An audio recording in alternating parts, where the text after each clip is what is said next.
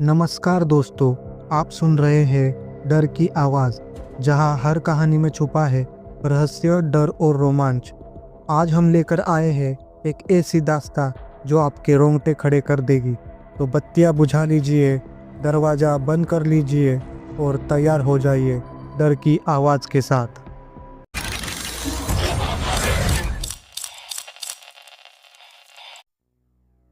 मेरा नाम राजू है और मैं महाराष्ट्र का रहने वाला हूँ। मैंने अपने जीवन में 35 साल ट्रक की सीट पर बिताए हैं। हाईवे पर दौड़ती ज़िंदगी में मैंने वो सब देखा है जो लोग सिर्फ कहानियों में सुनते हैं। मेरा ट्रक मेरी आत्मा है। ये वही ट्रक है जिसने मुझे खड़ा किया और यही मुझे ऐसी जगह ले गया जहाँ से मैं कभी वापस नहीं आया, कम से कम अंदर से।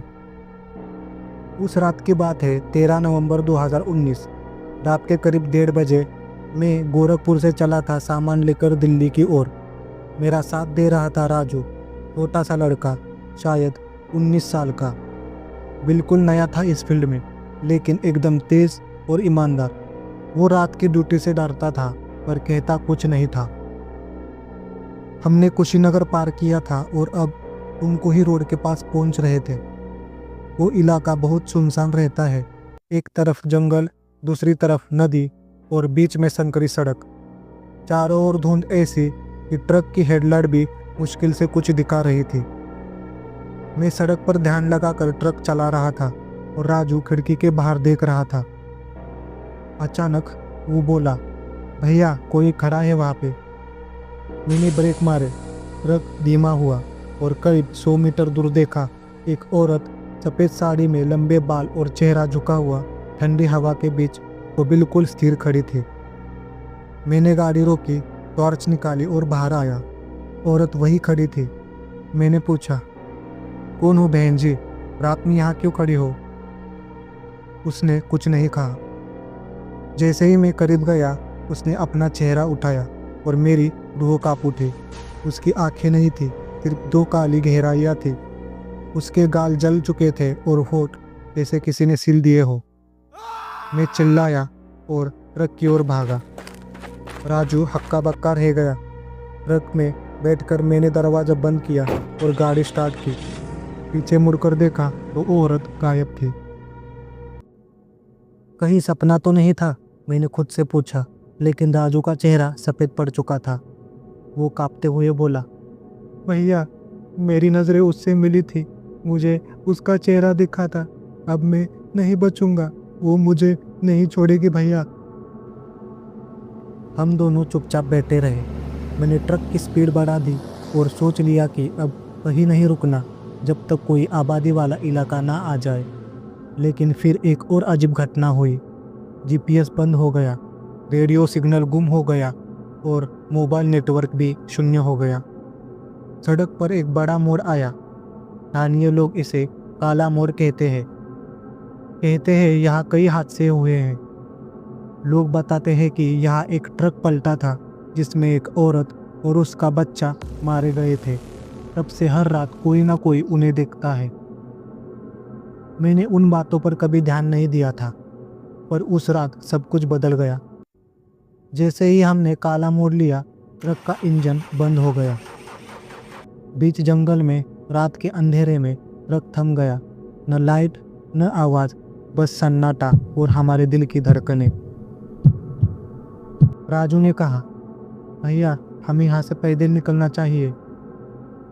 हम दोनों उतरने ही वाले थे कि ट्रक का हॉर्न अपने आप बजने लगा।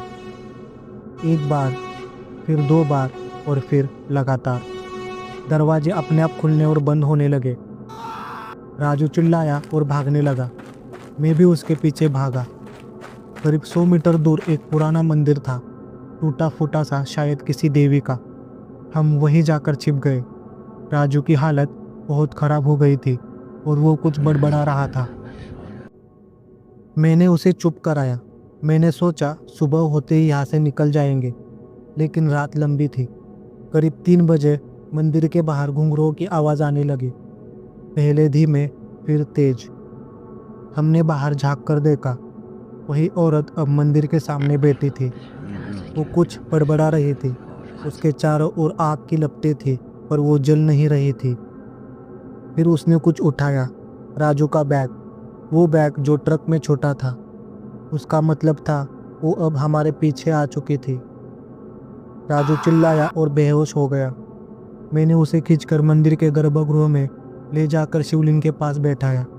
मैं रो रहा था, डर से कांप रहा था और फिर मेरी आंखें बंद हो गई।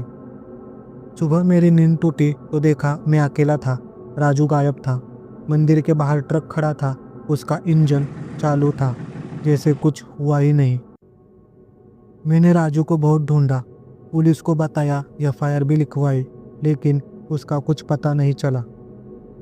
1 महीने बाद मुझे एक वीडियो मिला मेरे पुराने मोबाइल नंबर पर, किसी अज्ञात नंबर से। वीडियो में राजू था। वो किसी गुफा जैसे जगह में बैठा था। उसकी आंखें डर से फटी हुई थी और वो कह रहा था, भैया वो अब आपके पास आएगी, आप नहीं भाग सकते, ट्रक उसे चाहिए। हर ट्रक वाला जो काले मोड़ से गुजरता है उसका शिकार बनता है। अब सालों हो गए हैं मैंने ट्रक चलाना छोड़ दिया है, पर जब भी कोई ट्रक दुर्घटना की खबर आती है मैं इंतज़ार करता हूँ, शायद अगला नंबर मेरा हो। और जब मैं शीशे में खुद को देखता हूँ, कभी कभी उसमें वो औरत दिखती है, मुस्कुराते हुए, जैसे कह रही हो अब तू नहीं बचेगा। तो दोस्तों, अगर आपको ये कहानी पसंद आई हो तो लाइक और सब्सक्राइब ज़रूर करें। मिलते हैं अगले डरावनी दास्तां के साथ, डर की आवाज़ में, जहाँ हर आवाज़ में छुपा है डर।